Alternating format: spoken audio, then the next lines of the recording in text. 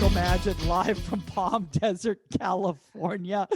With me, you know him as the czar of the virtual background, the one and only Omar Zini, Pro GK Academy, 99 World Cup winner, Saskia Weber. And because we can't just have one person that studied Psych on the show all the time, we need to have some world-renowned experts in the world of sports psychology. Guys, making his triumphant return, Dan, you are requested more than any other guest in literally the history of this podcast. So I'm pretty sure that it's a pretty darn big and important topic to everybody out there, guys. As you know him, you love him. It's Dan Abrahams. What's up, Dan? I think I'm just requested because, as we've already found out, I look a little bit like Eric Cantona apparently, and have his bon vivant or whatever it is, you know. So that's good to know. No, I'm delighted to and honoured to be back on. To be honest, I've been waiting around the phone for around about a year now, Michael, throughout. Lockdown, waiting to be invited back on. I've been most disappointed. We've seen you before since then.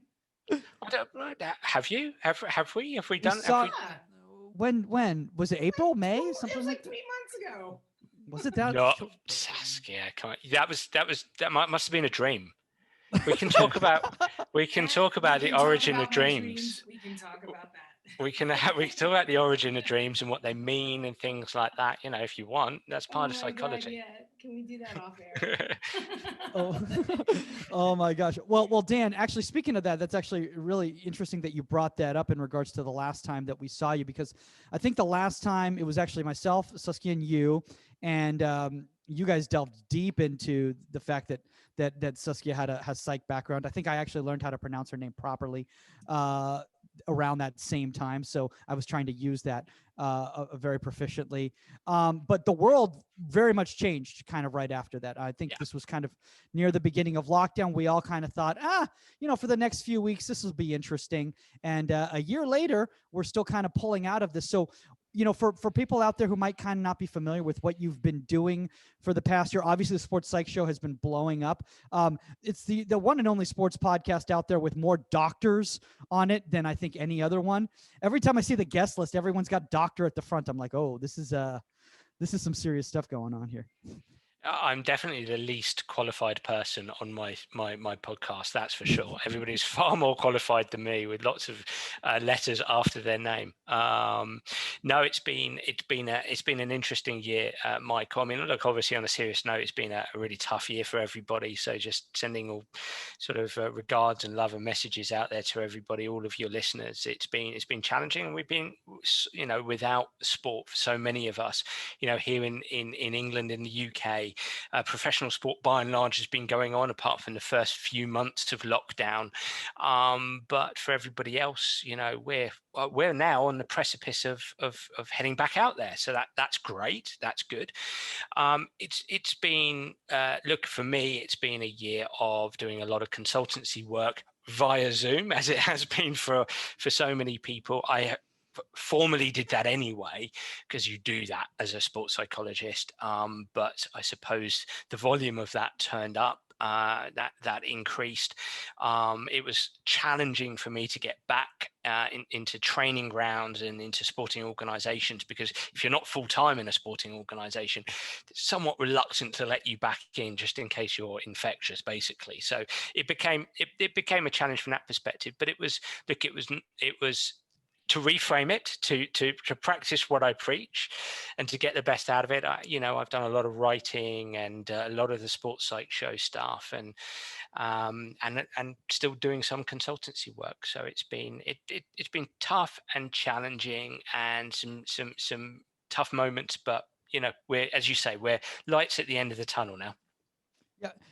Saskia, I have a question for you, because, obviously you're at UCLA, which is a very high level university in itself, even without the athletic accolades. Has there been much of a connection with the mental health department while you guys have been kind of going through all this? I think that to say this in a broad spectrum type of way, I think that this has been. Can you hear me?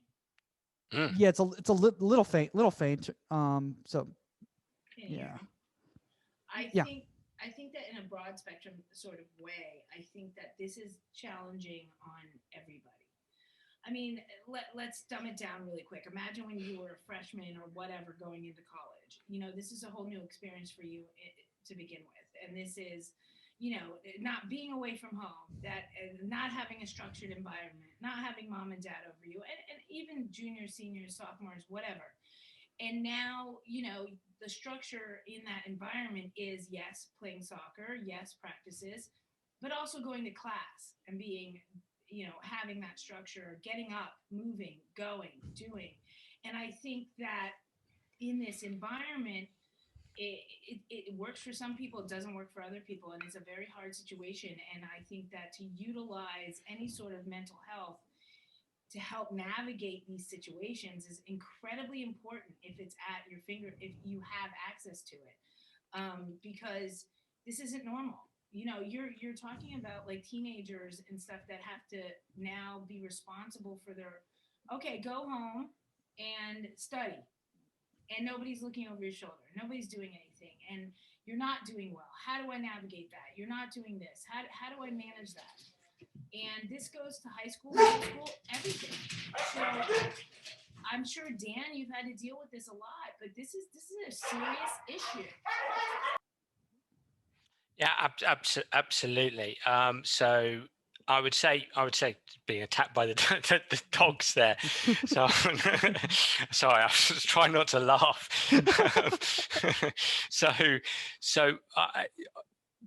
on a serious point, this is, with my clients here in the UK, soccer and otherwise, but especially in soccer, and Saskia, you'll appreciate this. Soccer players are very much that they are so used to being given structure, especially in the professional game. You wake up, you go to your work, you know exactly what you're doing. And I'm obviously talking about the adult elite level, the professional level here. So there's physios to see, there's, you're going to training, you've then you're probably going got to some lifting, you're doing everything. Exactly. So things are given to you.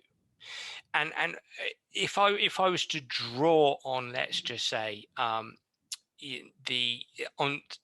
depressive episodes, people who are challenged by depression, quite often what you do as a clinical psychologist, and I'm not a clinical psychologist, but you strive to help people with depression have a structure. Mm-hmm. Get up, do something, complete tasks that helps them to manage their anxiety levels, their stress levels, their depression.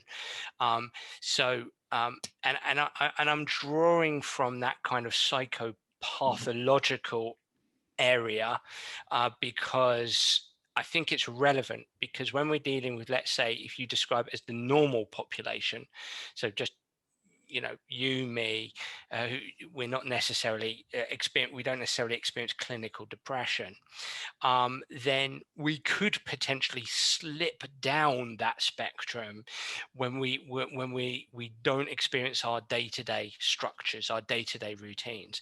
And so one of the things I was doing certainly early in lockdown was helping players diarize, systemize, create a structure that hadn't been built for them. And I think a lot of the clubs here in the UK did a lot of hard work around that. So I do want to make that clear. So that's sort of trying to turn up the volume of conscientiousness with players, just help them diarize, help them take action plans, set mini goals around that.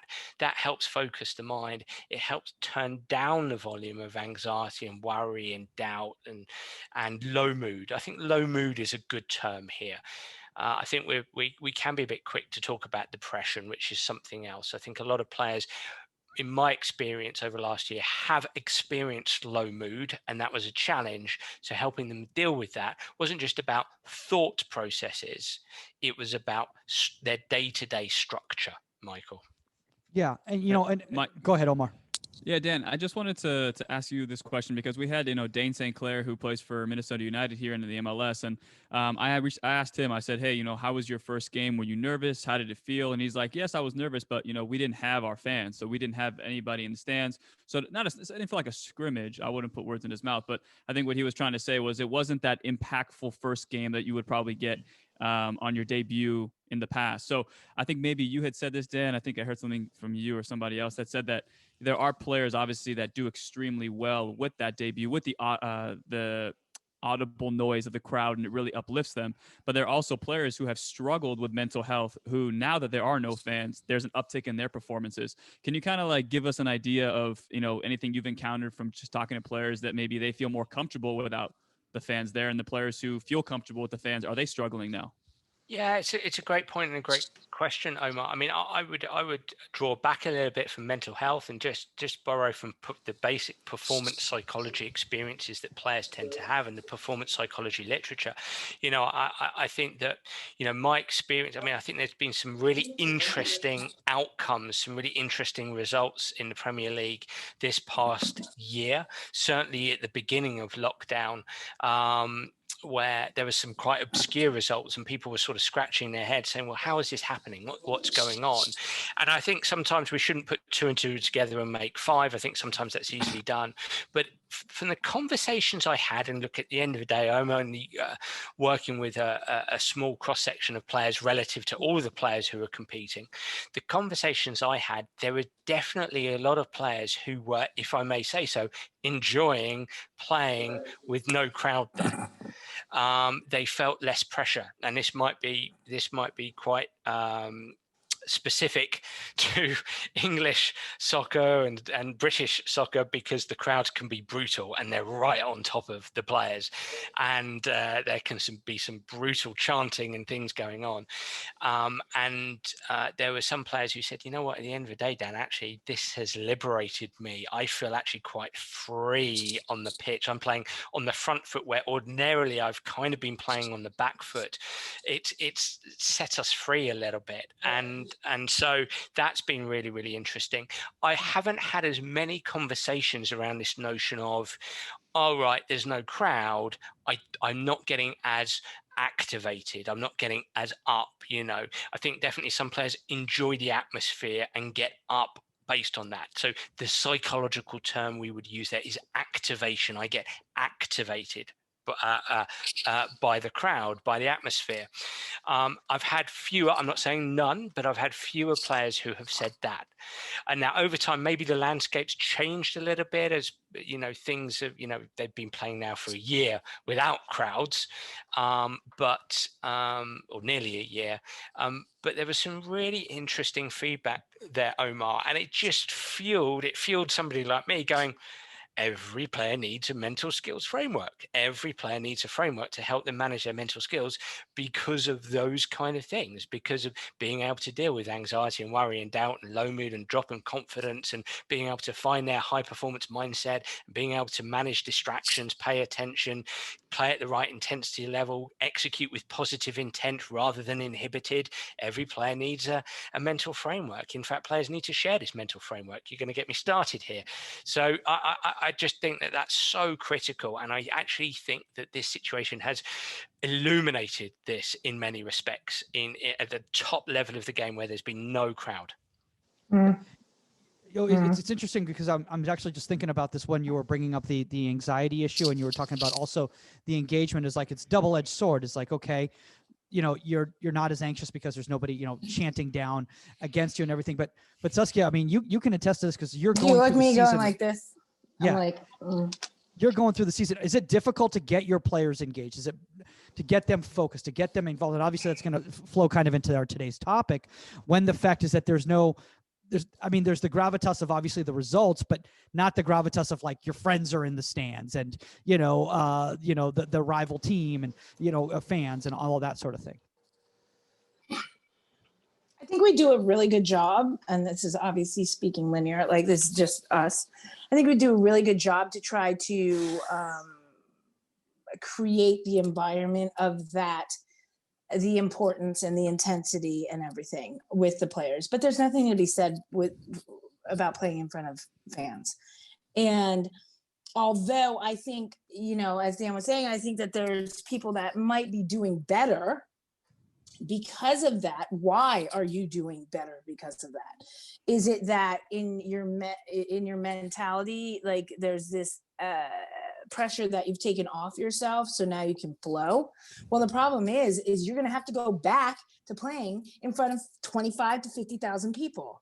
So if you're excelling in an empty environment because you've kind of put that out of your mind, are you going to fall apart when we go back to regular play? And if so, that's a problem. You know, that is a problem, because at the end of the day, you're professional soccer players. We're athletes, you know, UCLA selling out the stadium and everything. If I have players right now that are playing great because there's no fans, I put fans in the stands and they fall apart, we're going to have that's an issue, you know. And not to I'd rather have the player that is the Michael Jordan-esque player that's like, I don't care if the whole world's watching, give me the ball, and can perform in both forums, so that when we go back to it, I know that you're solid. Are these players that are excelling in this situation going to fall apart when they're playing a derby and everybody's yelling and screaming and stuff like that? And that's going to be interesting to see, Dan. It's going to be interesting to see, like, who has stepped up now in this environment, and will they be able to sustain it? And Dan, can I ask you a question real quick before exactly what to what Saskia's saying? I think just to help maybe young goalkeeper coaches who are listening, or even young goalkeepers. But you know, I think sometimes, and Mike has always told me, say less than you need to say, because sometimes you get into your own head. So if I get into my own head, my kids will get into their head. Oh if God, I thought something. you were telling me I was doing that. Okay, No. No, but you know, Dan, you know, we obviously as coaches want to be proactive about these kind of situations, but any like tips, like you said, with the framework that us as coaches who don't have access to someone like you, are there like 2 or 3 points that you can kind of relay to the coaches to maybe not forcefully, but ease their way into those kind of conversations, so that the goalkeepers understand that when there are fans again, or where there are those parents or their parents who are, you know, watching the game, that they could have that framework already kind of developed? Yeah, look, there's several things we can talk about there. I mean, I think the first thing I want to say, I mean, I loved everything Saskia said there, and I think I want to speak to this term "fall apart." I mean, I certainly I'm think. sorry. No. No. No. I think it's I think it's really important to say, because I think that my answer there slightly biased it towards people thinking that people were sort of saying, you know, when we're playing in front of 50,000 people, we're you know, that they fall apart. I think this is a really important conversation, and I'm pleased that you said that, Saskia, because I think that you guys know better than I do, and certainly Saskia, you know better than all of us, that soccer is about a second, a half second, and soccer is about that cognitive cycle of search, decide, execute, search, decide, execute, search, decide, execute, whether you're an outfield player or a goalkeeper. And you know, we want that cognitive cycle, search, decide, execute, by search as in looking, decide as in split second decisions, automated decisions essentially, and then execute as in, you know, automated skills that we're executing. We just look and do. And so when I want to clarify here is, when I'm saying players are finding it easier in their language because they're pros, they're going, I free up a little bit. So, and I'm paraphrasing here, but I'm freeing up a little bit, so I'm searching and deciding and executing quicker. I find it easier. I'm freer. I'm just bang, bang, bang, bang, bang, rather than that little bit of inhibition. And you feel it, especially in the stadiums here in the UK. I mean, I can think of lots. You know, I've been at West Ham, where the West Ham supporters, bless them, have been right on top of the players. At Villa, same. Absolutely. I was in the stadium at Norwich, Derby County versus Norwich one year. I was working for Derby, and geez, the Norwich supporters got on top of their team within 5 minutes. They actually won the game 3-0 in the end, for crying out loud, but they got right on top, and you feel it. And we can talk more about feelings, and I think we will come on and talk about it, you can feel it where suddenly players get a fraction inhibited, and it becomes it's a slight unpleasant feeling, and that slight drop of activation and that slight shift of attention inward, which means they are not quite covering space. They're not quite first to the ball. They're not quite into position. Right. It's that split second Yeah. that changes everything. And we know that as goalkeepers. Yeah. I mean, I know that I loved Bring It. I love the crowd. And I got heckled and heckled and heckled. And whether it was in college, UConn, I will call you out right now. The way their stadium was set up and their fans would switch sides and just destroy you. Yeah. But I loved it. I fed off it. I loved it. I was like, make a save in your face. Like, it fed me. My worry, Dan, is that some people that they're thriving now because that's not there. Yep. What's going to happen? Like, are we going to see a major, like, checks and balances, a shift when we get back into regular play? I don't think. I think it's just that subtle performance shift that can really heavily impact the outcomes. And I wonder if, this is a little bit of a naughty hypothesis, so please excuse me, but it's like Aston Villa. I mean, they've dropped down the table a little bit more, and it's not saying anything about Aston Villa, please, but I know how brutal their fans can be, and maybe quite rightly so. They pay their money, they were top of the table at the beginning of the season, right? Because does that intimidate their opponents? Well, I think potentially, and this is completely unscientific. So as a psychologist, I'm being a little bit naughty, but potentially, their players were playing with a bit more freedom. And players might say, well, that's not true, and blah blah blah. But there were some very interesting results earlier in the season. I think to speak to your concern and also to speak to Omar's question, I think on a return to play, I think starting to spark great conversations around, I said return to play there, or returning to crowds as well, just sparking conversations about experiences.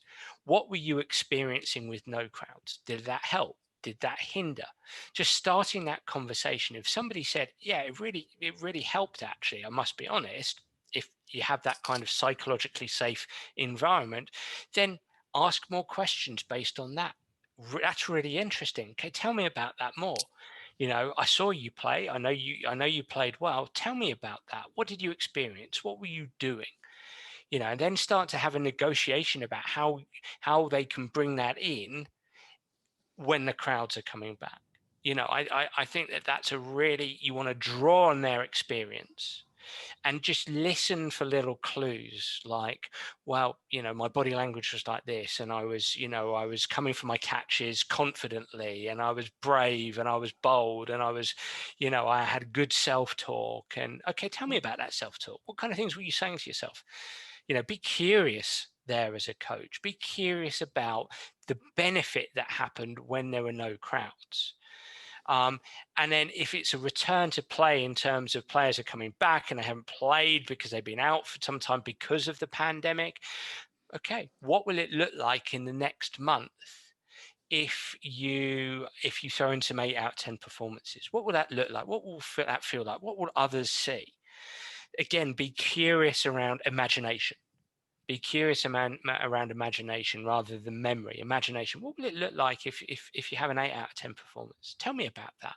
9 out of 10, but 10 out of 10 performance. Tell me about that. What will I see? What will that self-talk be like?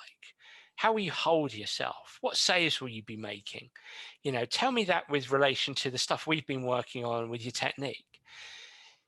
Get from them, be curious, get from them some answers, and you can use their answers, reflect those answers back to them, and start creating a process, a bunch of tasks, a bunch of process, a language around those things that then you can use in the upcoming month.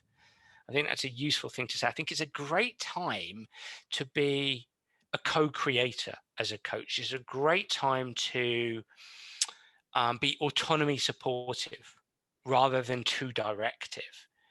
It's a great time to get the player to come up with their what they've been experiencing or what they think that they can experience positively in the next month. I think that's a useful coaching tool. It's really fascinating what you said there, Dan, in regards to this, because I was thinking about just the simple fact that you brought up inner dialogue and you talk about, the self-talk and everything like that. And I'm thinking about how many times myself personally, my inner dialogue has actually been negative towards my performance in the match, because my inner dialogue has been basically telling myself how I can't do this. I can't be here. Whether it's because of the and this has happened to me doing stand-up comedy too. And then, obviously it's a form of stage fright where you can recognize that the audience, is not on your side, or at least conceptually in your mind, you think they're not on your side. And then you start self-talking yourself into failing, and so I think that's something that, I really want to delve into is understanding is how do we develop those tools so that players aren't just told like, hey, you need to have that self-talk, but the proper self-talk, the positive self-talk. Well, look, it's a great question. And I suppose to start off the answer, let me give you, I think I'm going to give you 3 facts about the brain. My math isn't very good, so excuse me if it's 2, but I'm thinking in my mind there's 3 here. Number 1, and fact is a very strong word when we talk about science, but let's go with this. Look, the first thing to say is that your inner dialogue is a completely normal thing. In fact, that one of the world's leading experts in the psychology of the conscious mind is a guy called Ethan Kross, Dr. Ethan Kross. I think he's at Michigan University. I think, and he was on the Sports Psych show, the little thing behind Omar there recently, Dr. Ethan Kross, and he's written a book called Chatter, which I recommend everybody read. It's a really good read. Excuse me. And so 3 things about the brain.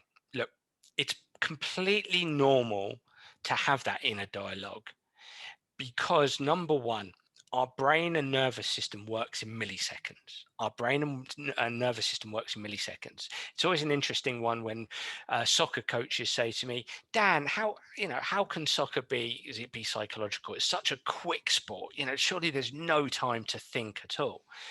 And it's like, wrong. Okay. The soccer works in seconds. The brain works in milliseconds. I mean, soccer is pedestrian as compared to the brain, right? So it takes a second to score a goal. Hopefully not as a goalkeeper. It takes a second to misplace a pass, to take a shot, etc.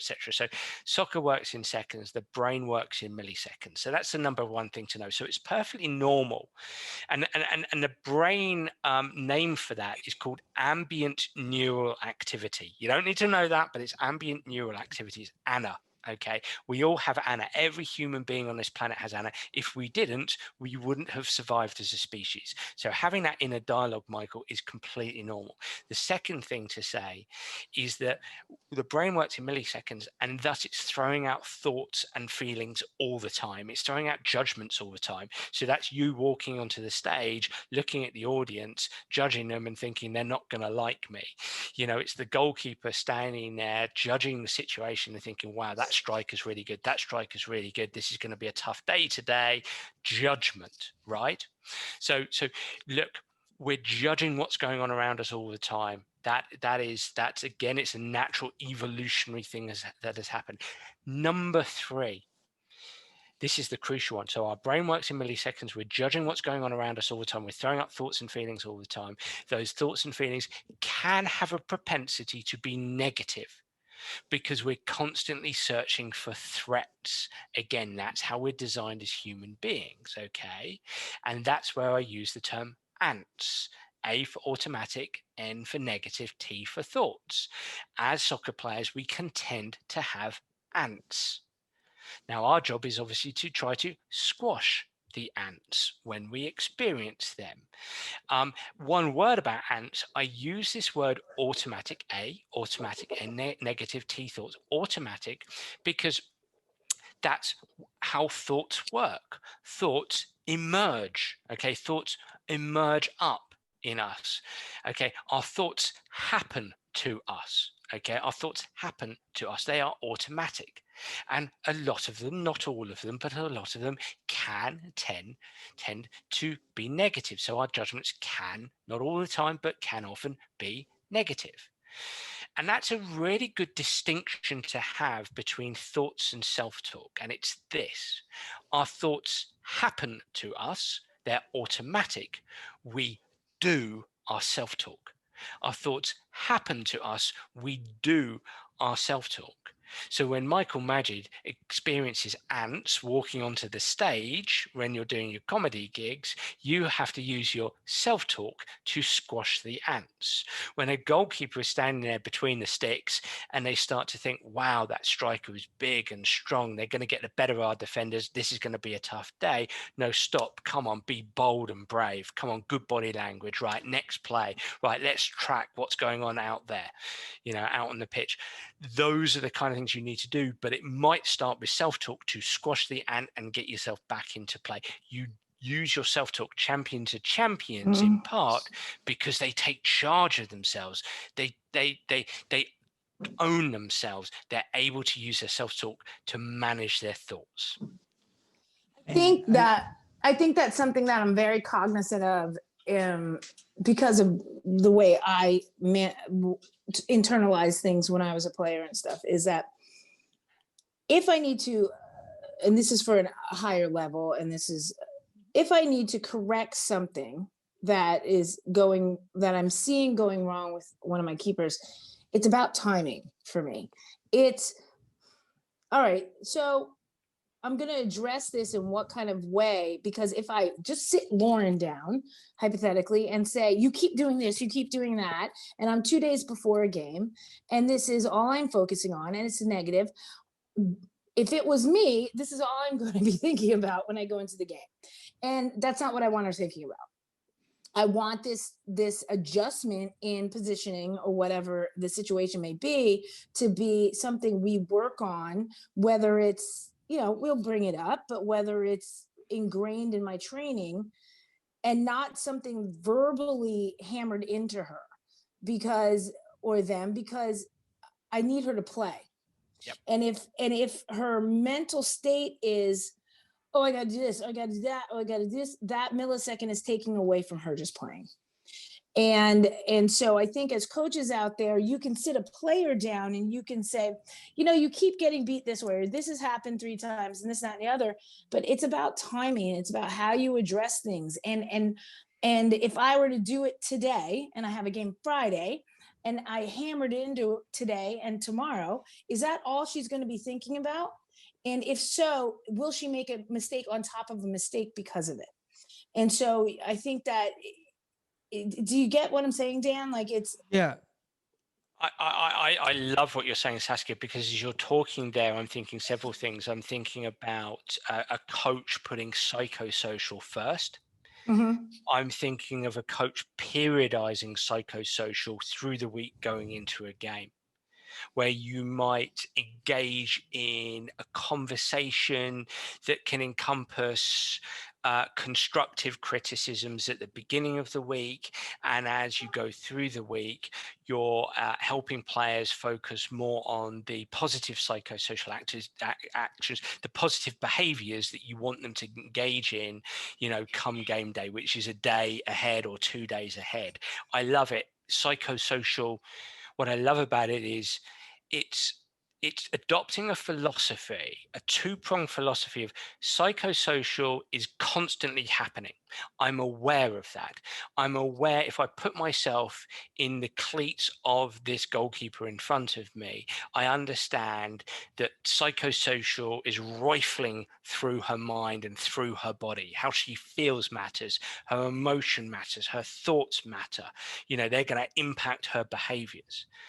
And so that's the first thing. Psychosocial is always there.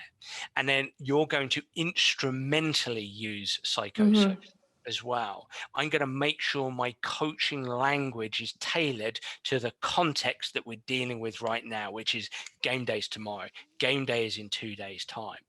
So I love that, because it's, again, for me, I always talk about psychosocial driving technical, tactical, physical. That's not to say psychosocial is more important, but it is to say that as human beings, we have a brain, we have a nervous system, our actions are underpinned by those two things. So everything is underpinned psychosocially. I have to take care of that. I have to take care of that as a coach. I want to bring this up to Omar right now, who, by the way, we had you on today, Ben Dragavon, sports performance coach, on Monday. We've had literally two geniuses on, and I just feel like I don't even want to run the podcast. Can you guys just keep talking the whole time? But I want to ask Omar this, because you as a younger coach, and you've been going a little bit earlier on in your journey, than maybe some other coaches that might be listening right now, or maybe a little farther ahead. Have you recognized, oh my gosh, I actually created the wrong self-talk in these goalkeepers based on the way that I'd been talking to them throughout the week or throughout the training program? Yeah, I mean, I think you need to, as a coach, understand, not everything that works for you and how you self-talk is going to work for other players. So I think that was a very, very quick lesson that I had to learn. And I think, again, listening to Dan as well, and the past few times we've had him on talking about ants, I feel like when I internalize what ants mean to me, I realized, okay, it's not like a quick fix. So you have to really ask yourself and dive into that. Where does this derive from? Where do these negative thoughts come from? And I think that's what my sister was telling me. She went to a monastery when she was in Thailand, and they made them, like, it was a very painful experience, but like, tell us, what are the things that are your demons, that are the negative self-talk? And then they obviously get to it, and they're like, tell us, where do you think this came from? Like, be real. So I think for me as a player and as a coach, I needed to figure out, where did these negative thoughts derive from? And once I figured that out, which is a long process, not a one-day thing, then when you're in those moments and you have those automatic, as Dan says, those ants, those automatic negative thoughts, you understand how to, pull yourself out of it. You understand it's not a area or black hole that's going to, bring you in. You have the opportunity to have that self-talk and build it up and get yourself out of there. So once I figured that out for myself as a coach, then I realized, okay, it's not, hey, figure this out now and that's it. It's more the empathetic route, where it's like, I understand what you're going through. Like, take a few seconds, get yourself through it. But while you're in this, don't let it go without processing what the emotions are. Just like really dive into it as a player and let it sink in, so that, in a game, if this comes up again, you have the opportunity to get yourself out of it without having a coach or, anybody else come in to interject. It's more of a personal journey. So, yeah. I will tell you right now, to this day, I know my negative self-talk as a player. Absolutely. In one word, can't come up with a big save at the end of the game. Period. But I think that really gets you to try. And it happened once. Yeah. I know the game on ESPN against Norway. 5 minutes left to go. But that became a stigma for the coach that was the coach at the time. Don't even get me going on that. For the coach that was the coach at the time, but because of the negativity and because of not, this became like, it became a question. Then it became a question in my mind. And I'm like, this isn't a problem I have. They roofed the ball upper 90. Could I have saved that ball? Yeah, I could have, because of the athlete I was. Did I save this one? I didn't. And like, it's taken like probably about 20 years to be able to say that. Okay. Yeah, but that sinks into the rest of your life as well. I think that's where. Absolutely it does. Absolutely. Yeah. Yeah, and I think that's, for me, to interject with that, Saskia, I think for me as well as a coach, we have those inner demons as well, where my goal is to play at the next, or coach at the next level. And there have been times in sessions where I've hit, one bad ball, and then I get into my own head of like, oh shoot, here it comes. And then the next 4 or 5 balls are crap. So then it's just like, how can I coach that and get the kids to overcome what they're going through if I can't even get over that? So I don't know, just kind of bring the episode full circle, where it's like, I'm training in an environment, let's say with these younger kids, where in a professional environment, that would be with fans watching.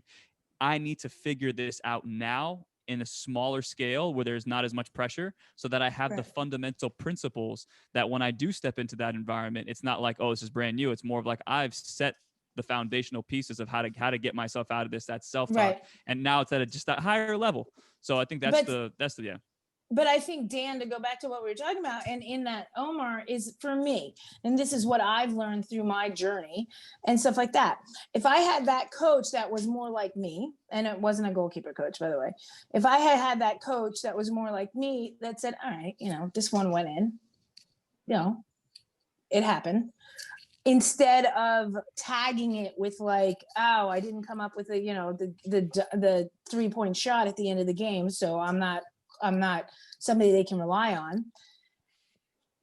It's why I do what I do now. It's what we talked about, Dan. It's why I looked at it going, all right, I'm going to give this another game. I'm going to see if because I don't see this in practice. This has happened in one game. I'm going to see in the next game. Does this happen again in a similar situation? And now if I'm seeing a pattern, then we're going to slowly move into it. Was it just bad timing? Was it just misunderstanding in the one game? I'm not going to tag you saying you do this all the time. I'm going to assess this. I'm going to curtail my practices to see if this is a hitch in your training, and this is a hitch in your goalkeeping. And if it is, then I'm going to work on it, and we're going to work on it in a positive way, not in a negative way. Not you do this all the time, or this is why this happened. It's like, okay, this is a little glitch. Let's figure it out. Had I had that, I'd probably still be playing goalkeeper. Just kidding. So there's so much rich stuff here, because everybody listening in, if I can challenge them to start coming up with their psychosocial plan, because that's sorely missing so often in coaching environments, especially as we're so socialized into tech, tack, and physical. And that's not to suggest for 1 second that tech, tack, and physical isn't important. It is, but it's integrated into the psychosocial. But what you're talking about, Saskia, is having a preconceived psychosocial plan. Even if you haven't articulated it on paper, it's preconceived because it's based on some of the experiences that you've had in your career, and your intelligence, and your understanding of what it is to be a human being. And part of that psychosocial plan, I'm going to throw you some psychological vernacular here, so please excuse me, but I will. It's super simple stuff, but part of that psychosocial plan, it has to be what I call a PIE, and that's a psychologically informed environment. A psychologically informed environment, PIE, a psychologically informed environment. And in a psychologically informed environment, what we're doing, and a PIE was the opposite of what you experienced in that game, post Norway or whatever. It's where a coach has just gone, well, I saw that, and now I'm going to make assumptions.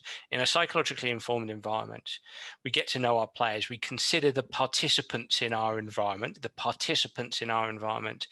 We consider their thoughts, their feelings, their emotions, their experiences, their personalities, right? I know your player is a bit of a cliche in sport. Know your player, know your players, but it is true. And there's levels to which coaches know their players. And so the coach-athlete relationship is really important, because if every single day I'm going in and I'm being curious about how this player behaves, who this player is, I equip myself with knowledge around their thoughts, feelings, experiences, personalities. So I'm curious about them. And so I'm more informed. I'm not 100% informed, but I'm more informed as to whether I approach you, Saskia, after that mistake, and I go, hey, should we sit down and talk about it? Or, hey, don't worry, forget it. So that's where the start is. Now, you're not going to get that right every time as a coach, but that's where the start is. Now, that's followed by, let's say, this concept of psychological safety. So when you've got psychological safety in that environment, and obviously as a goalkeeper, you might have 2 or 3 goalkeepers that you're dealing with. So actually, you might try to have psychological safe relationships with every single player in the group. But if you've got it with your 2 or 3 goalkeepers, that's great, because that psychological safety is a player is given the space to express vulnerability. A player can come in after that game and go, you know what? You don't even need to say anything to me, coach. It was a one-off mistake. I'm fine. It's cool. It's done. Or, I was thinking bad going into that, and I think I need to talk to you about this.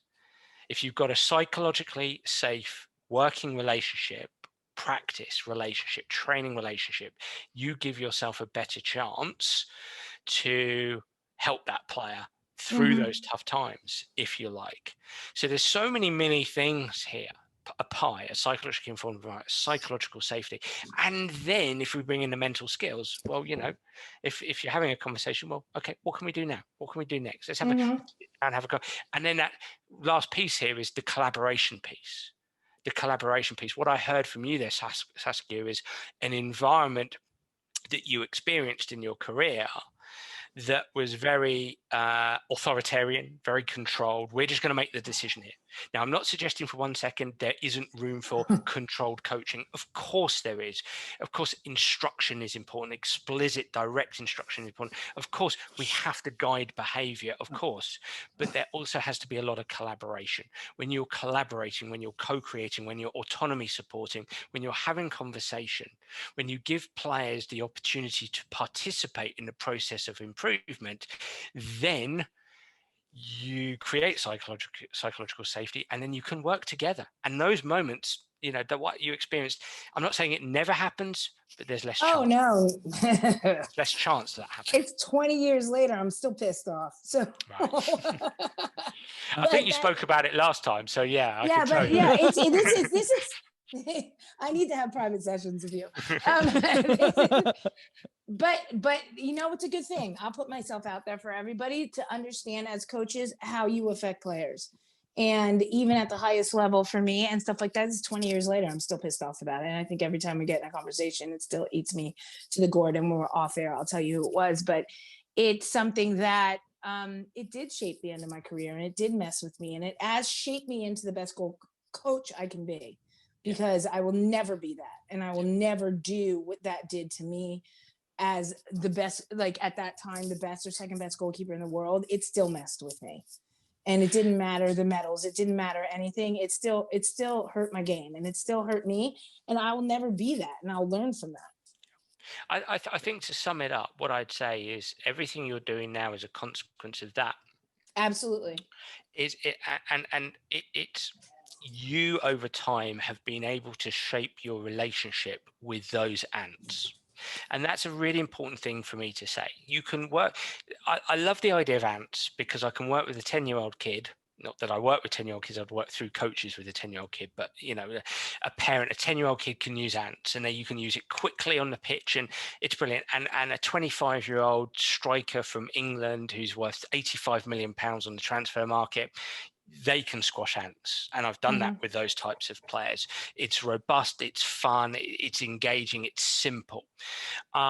At the same time, there would be psychologists screaming at me going, yeah, but negative thoughts are quite complex, and we need flexible thinking and a cross section of it. And it's all about your relationship with negative thoughts. And that is absolutely true.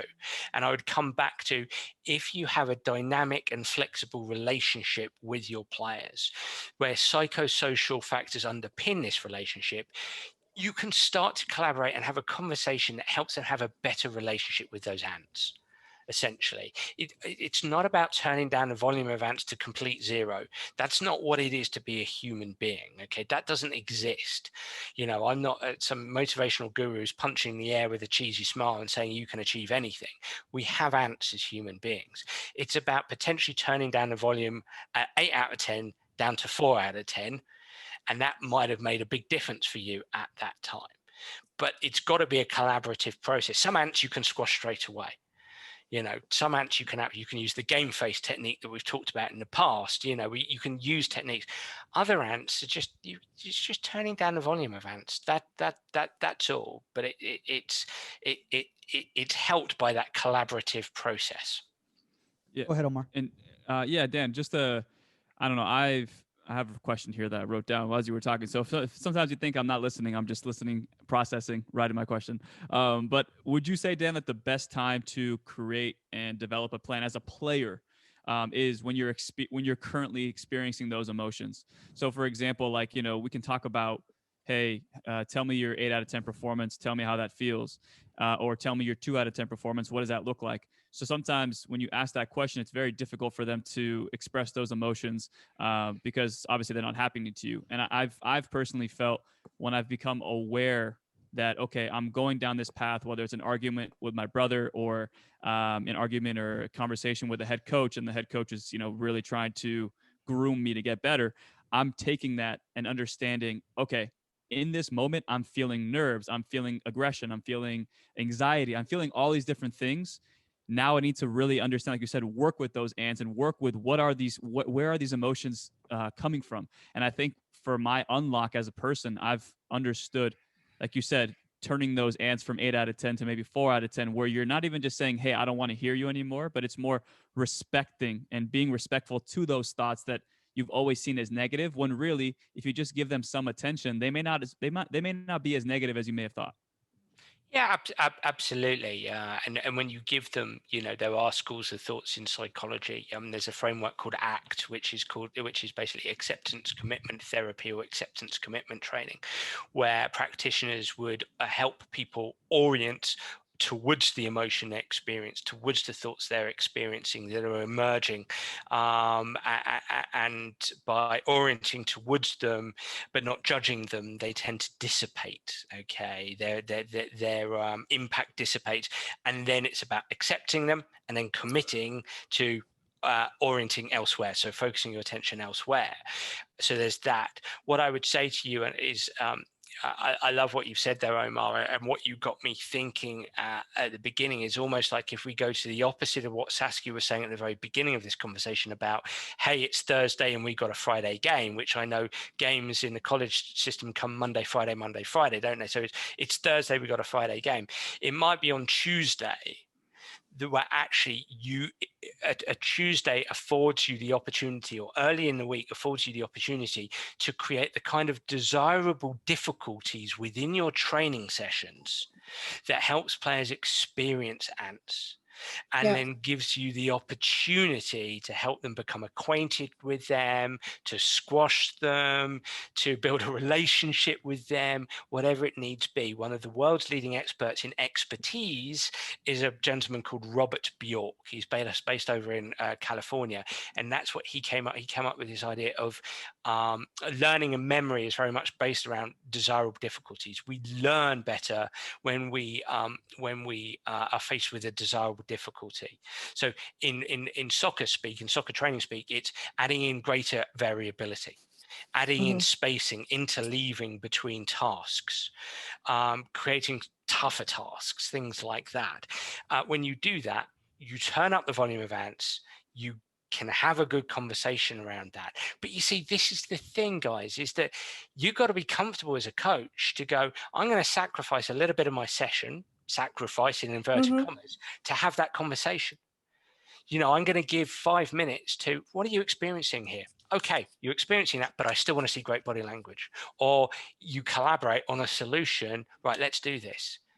That really is sophisticated coaching.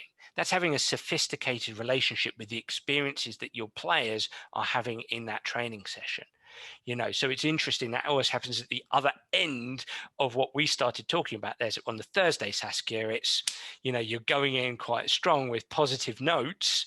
Maybe on a Tuesday, it's, let's throw in some tougher challenges here. And, and on the Tuesday or the Monday, one of my favorite comments the other week was, let me guess why that we're doing this.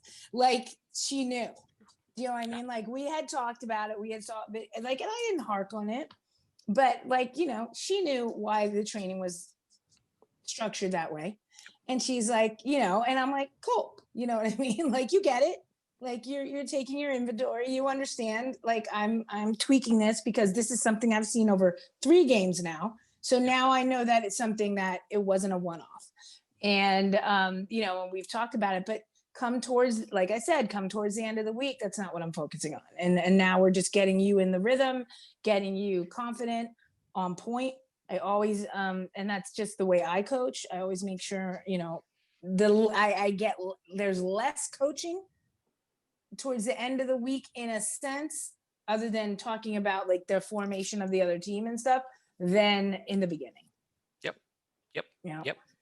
And you can revolve that around those search, decide, execute protocols, in as much as you want to potentially at the beginning of the week slow down, decide, and execute. make it tougher, make it harder, make it more chaotic, make it more variable. Absolutely. You know, create situations, you know, unannounced situations. At AFC Bournemouth, when I was there, the goalkeeping coaches, you guys might know him, Ant White, who's now with England, you know, he talked about unannounced and announced activities, and the unannounced was very much there's a surprise coming, you know, and they don't know where the ball's going to come from, and they can be coming from all directions, and you know, and then you're just fractionally slowing down decision making. You're fractionally slowing down decision making. You're fractionally slowing down the execution. That's all it takes. There's a desirable difficulty. I've a question for you, Dan, in regards to, you know, and I think we kind of been touching on it a little bit here, but the with the ants, with the negative thoughts, which are actually automatic, and then the self-talk. Yep. Can you overwhelm yourself with trying to squash the ants that you're not in the moment and you're not present? Yeah, look, of course you can. And that's where the conversation becomes a little bit deeper. Again, I want to emphasize that, you know, when I write a book and I talk about squashing ants, my goal is to demystify this stuff for people. I don't think we do a good enough job in sports psychology. And I think that's where still there's plenty of coaches globally, no matter the level, who sort of scratch their head and go, wow, this psychosocial stuff, this is broad, this is deep, where do I start? And I always see it as my job to start at the surface level, you know, and that's just, hey, go out there, squash your ants. Can you squash your ants? You know, and I might be working with a Premier League footballer and he just loves the message, squash your ants. Or I might work with a member of the US women's national team and she might love squash your ants, and that's fine. That's cool. That's great.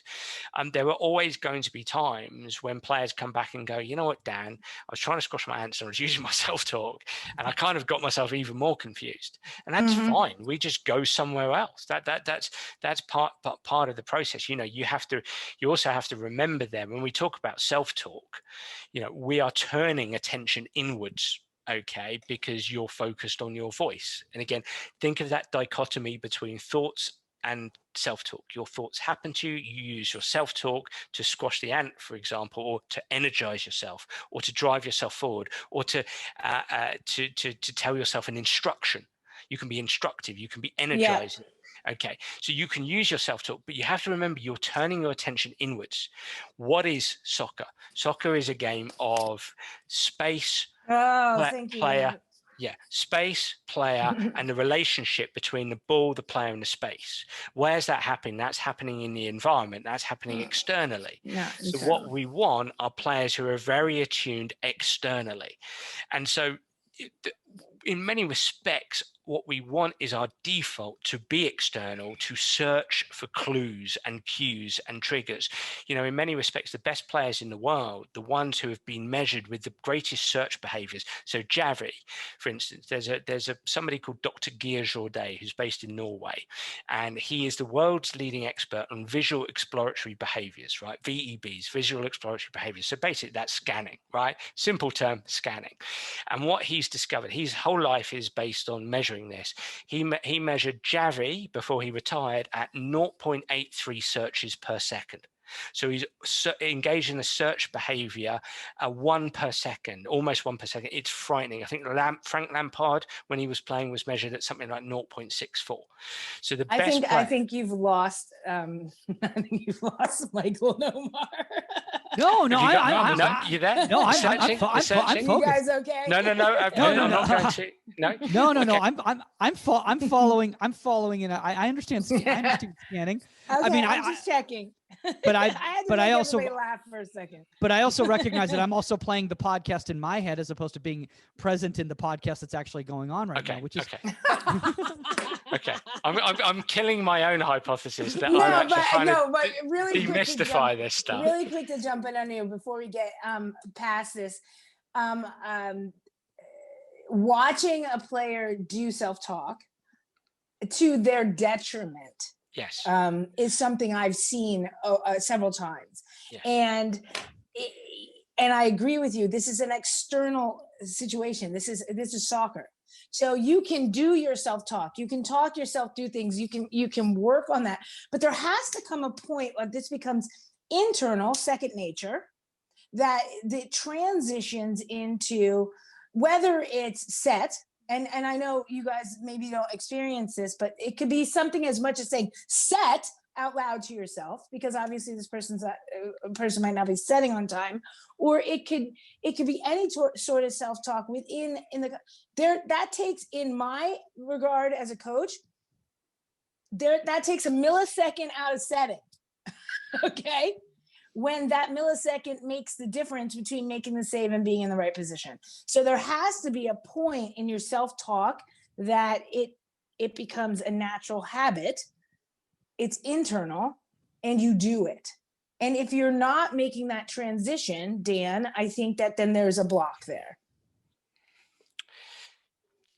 Yeah. Okay. If you have a player running around doing their self-talk out loud, which some people teach and stuff like that, and I don't mind that, but there's got to be a transition in there somewhere, that this doesn't come such a cognizant, I have to do this, I have to say this. Yep. No, look, I don't disagree. I think that if we're going to use the term transition, I think let's scaffold this down so it's simple.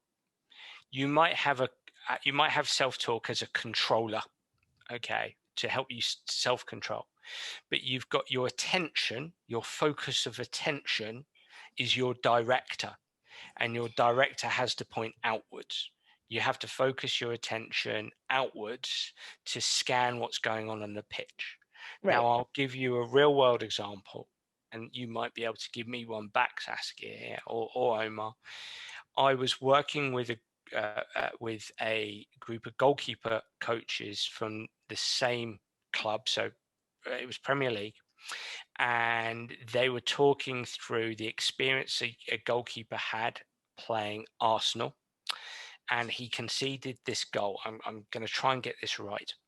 And his focus of attention was too much on the ball, and the winger had it, and in the middle of the park, and the camera you could see from above because it was taken, you could see the dots on the screen.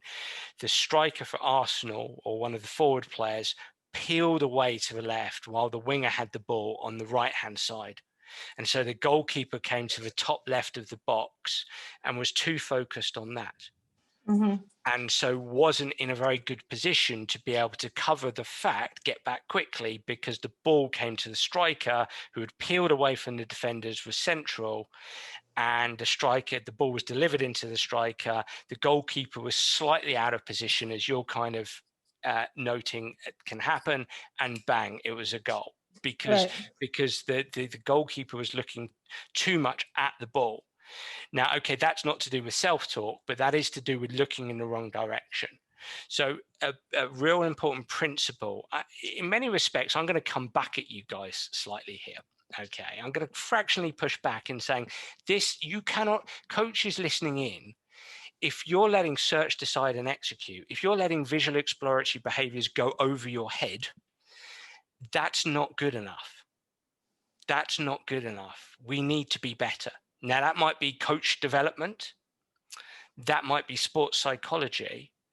But stock and trade in your coaching needs to be visual exploratory stuff, needs to be searching. That's as much for goalkeepers as it is for outfield players. You have to place your focus of attention out onto the pitch, because otherwise you're not scanning the important cues and clues that are emerging and dissolving as the game goes by, that's telling you where you need to be. That's so important. The best players in the world are the great detectives. They are detectives of what's going on around them. So I'm pushing back slightly, because it's like, no, that's great coaching. That's just great coaching. Great coaching is guiding attention. Great coaching is guiding attention. That's what I'd say to you there. I love what you just said. No, Dan, I love what you just said right there, because I think, Omar, Susky, and myself, we've been having obviously a lot of people on in the past year or whatever. And obviously,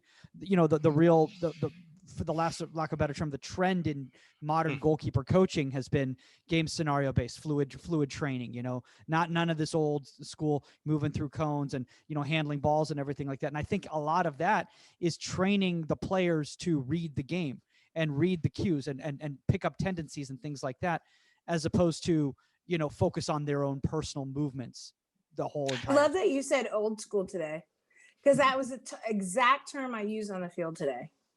I was training and I was just doing a warm up before we got into some like through balls and some stuff with the forwards. And I did such an old school warm up, just back to basics. Just and it wasn't with cones, it wasn't with anything. It was just fluid and just to watch them move and just back to basics. And I was just like, this is old school. That's what I said. Old school warm up. And sometimes that's needed, it's not about all the cones. It's not all about the bells and whistles. Sometimes it's just being in your area, seeing the lines and being fluid as a goalkeeper. And that's what I did today. And I love that you use that term, Mike. It made me smile. I love you said that, Saskia, because again, I think that great coaches are flexible with their coaching practice. It doesn't have to be the bells and the whistles.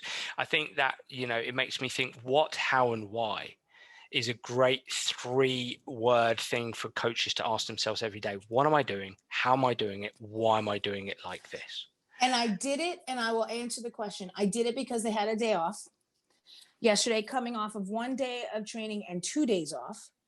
And I said to myself, what do I want out of this? Like, what do I want them to just be fluid. I want them to feel, I want them to enjoy it. I don't want a lot of technical. I don't want cones and mannequins. I don't want that. I want them to get in the goal, see the lines, see their position, and just work and feel just a natural, athletic, fluid movement, get their legs back under them after having these days off. And that was it. If you reflect back on the day, is there anything that you would do? Give me a mark out of 10 for how the session went for you in your mind. I thought they didn't want to leave the goal. I thought it was probably about an 8. Okay. Why else so high? What was good? What else was really good? I would say the focus was excellent. I didn't have to warm them up. They went through their team warm up, which I always like putting them back in the team because I think you should do a certain amount of stuff with your team. I don't like when goalkeepers are so isolated, especially coming off of break. I want them to be like jogging, stretching, doing their, everything with their team. I thought they flowed back in. Their timing was on point. Their intensity was on point, but it wasn't something I forced. And I'd say an 8 because I would have liked the services to be a little bit better, but other than that, if your services were better, that would be 9. Oh, mine were fine, but if I had Omar there, they would have been like a 10. Okay, go on, Mike. Go on, Mike. I do have one thing to say. I'll put it in writing. Stamp. I've got one thing to say on what you said earlier, Mike, but if you want to jump in, Michael. Well, no, I was just actually just going to say, in regards to one of the things that you said in regards to just the understanding of the psychosocial. I was thinking about the fact that, Omar has discussed this over and over again. And I recognize an ant that Omar had, a while back in his own coaching. And that ant was, Omar, are you comfortable with me saying it on the air? Are you cool with that? Yeah. We're talking about the professional thing? Yes. Yeah. I was like, uh-oh. So there was an ant that Omar had very much so at the beginning of his coaching career, and it was that this automatic thought of like, I'd never played professionally, so I'm not good enough. I have to prove to everybody that I'm just as good as a professional player, and because of that, you actually sabotaged your sessions because you were focused on squashing your ant rather than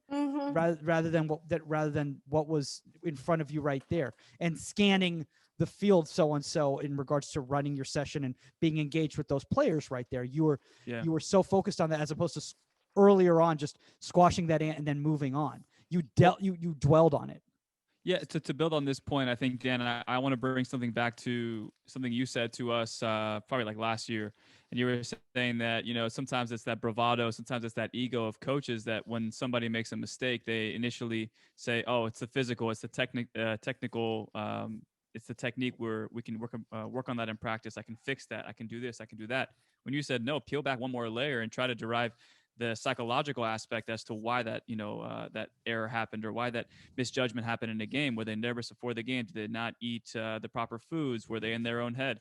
So I think that is something that now hearing you discuss this, I think for me and for all coaches out there, instead of putting your session together and always thinking about what technical aspect do I want to get out of this, what physical pressure do I want to get out of them, think about also too, like what psychologically, what are you trying to get out of this session? And I think you're following up with Sas there, and some of the questions you're asking is, what did you think you got out of it? But also too, it's like, this is my goal psychologically. Is it pressure training for them to have proper technique when they're fatigued? Okay, that's one thing as well. So now instead of it just being a physical thing, now it's like, okay, with this pressure training, what are they getting out of it? So I think those are the mental notes that I'm going to have from now on when I write my sessions out. And I think, Omar, on that, sorry, go ahead, Dan. No, please. I think that what we talked about, that does come down to identifying, like we said, the individual. And even when you're dealing with several goalkeepers at one time, like within one session, I have to identify 4 different things, and whether, and in college, I have to deal with finals. I have to deal with so much stuff, like other than just being a pro, getting up and playing soccer. So you're dealing with so much stuff, but it's identifying and tweaking things within your training session into that. Yeah. So you do have to identify that fatigue, that situation and stuff. And honestly, Omar, I already know you're an amazing freaking coach, and you know how I feel about you, because I tell him off air, because I've told him on air, he'd have, like, with the screen wouldn't be big enough for his head. But I think that just makes it even better, because it makes it more personal and more identifiable, and anybody can get out there and do the stuff, but to identify the situations in the run of things every day is awesome. But that takes effort, guys, and I think that's Dan, I'm sure you can attest this as well. It's like, it's that discipline as a coach to be so stubborn that, like, this is my plan for every session. I'm going to write down what I want physically out of this, what I want technically out of this, what I want emotionally out of this, and then from there, at the end of practice, you can always go back and say, did I meet the goals, or were my goals skewed wrong, because each player is Are a you different able player. to change on the fly?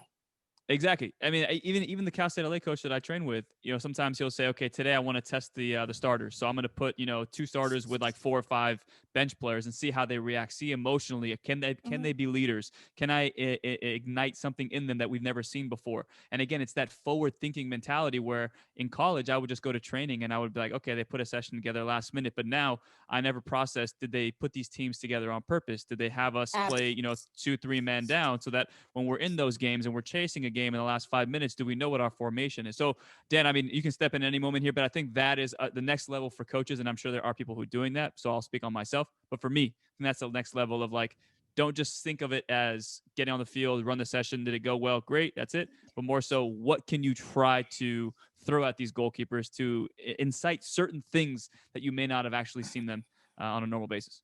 I think what I'll do is I'll it's getting to gin o'clock here in the UK, so I'll Gin leave o'clock. Gin o'clock.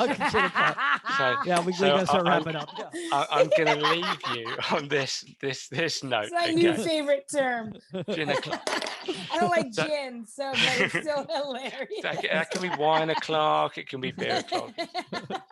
They tend to go one after the other.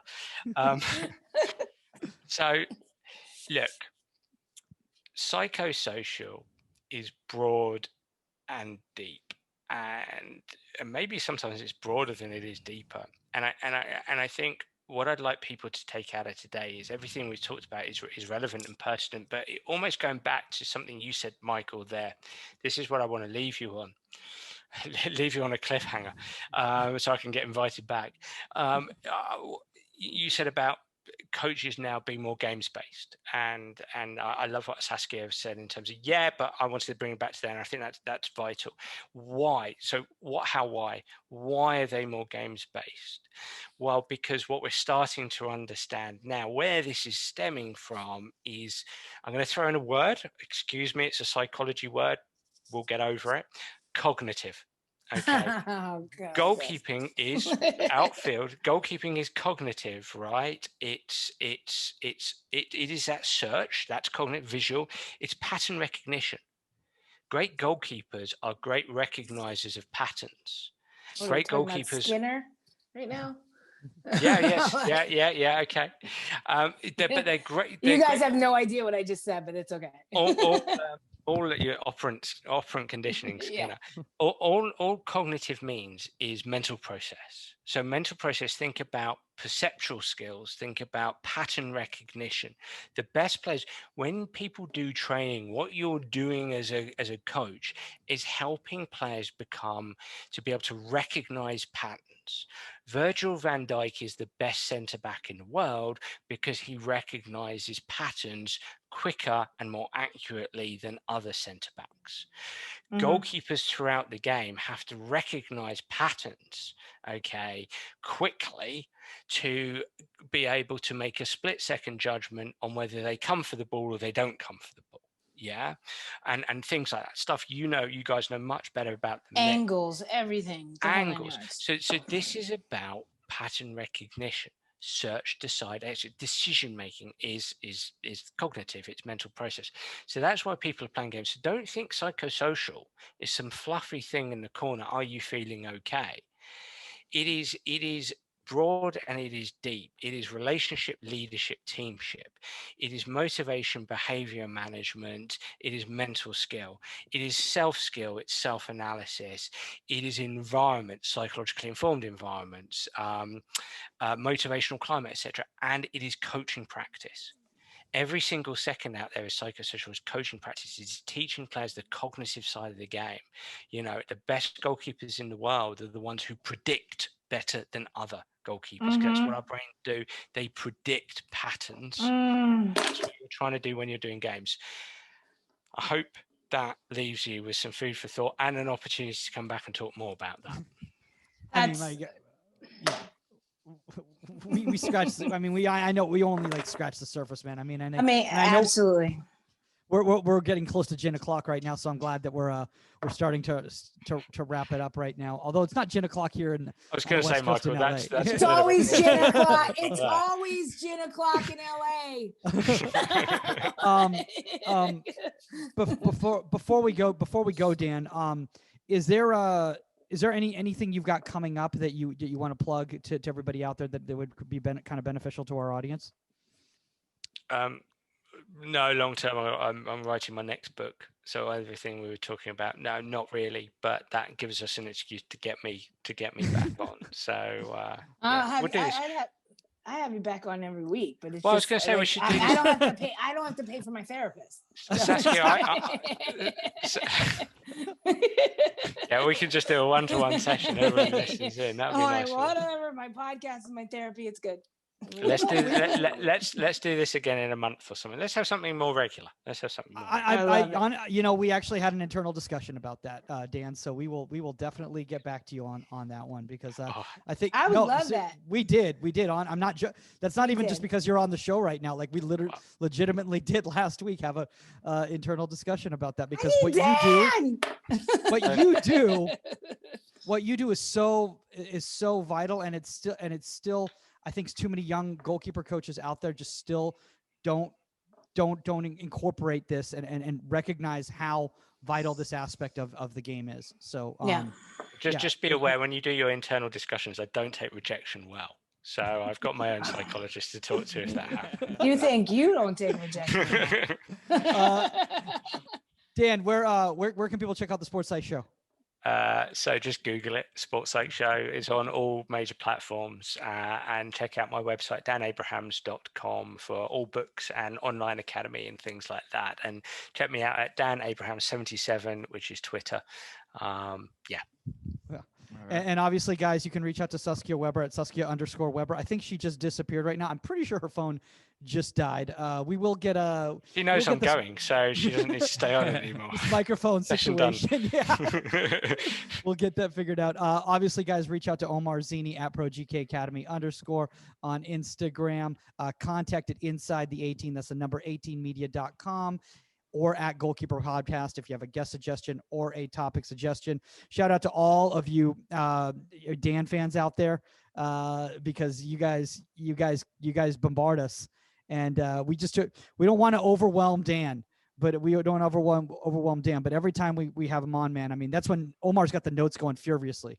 You know, when you see Omar with the notes going on, that's a legitimate session going on. All right, guys, that's all the time on Inside the 18, and we are out. It is gin o'clock. Later.